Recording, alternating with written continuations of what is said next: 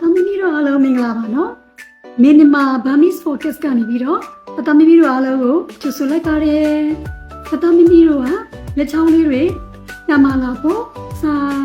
ရေးတဲ့ခါကျရင်စက်သက်ဖြစ်နေဖို့အတွက်ပြပြမေတို့နဲ့အတူအိမ်မှာလေ့ကျင့်လို့ရတဲ့နည်းလမ်းလေးတွေကိုဆရာမကညှဝေသွားမှာဖြစ်ပါတယ်နော်အိမ်မှာရှိတဲ့ပစ္စည်းလေးတွေနဲ့အတူတူလေ့ကျင့်လို့ရတယ်နော်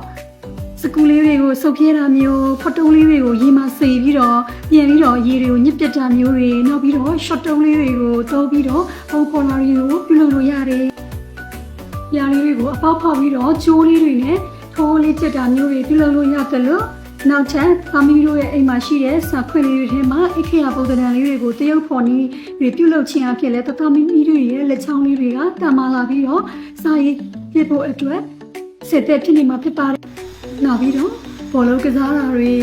နော်ပစ္စည်းတစ်ခုခုကိုကင်ပြီးတော့စမ်းသပ်ပြုလုပ်ကြည့်တာတွေဘရော့တုံးလေးတွေကိုစက်တာတွေအဲ့လိုမျိုးပြုလုပ်ခြင်းအဖြစ်လည်းပဲသမီးတို့ရဲ့လက်ချောင်းလေးတွေကတာမာလာပြီးတော့စာရေးသားဖို့အတွက်အစက်သက်ဖြစ်နေမှာဖြစ်ပါတယ်အားလုံးကိုကြည့်စတင်ပါတယ်ပြန်လည်ဆုံတွေ့ကြမယ်နော်တတာ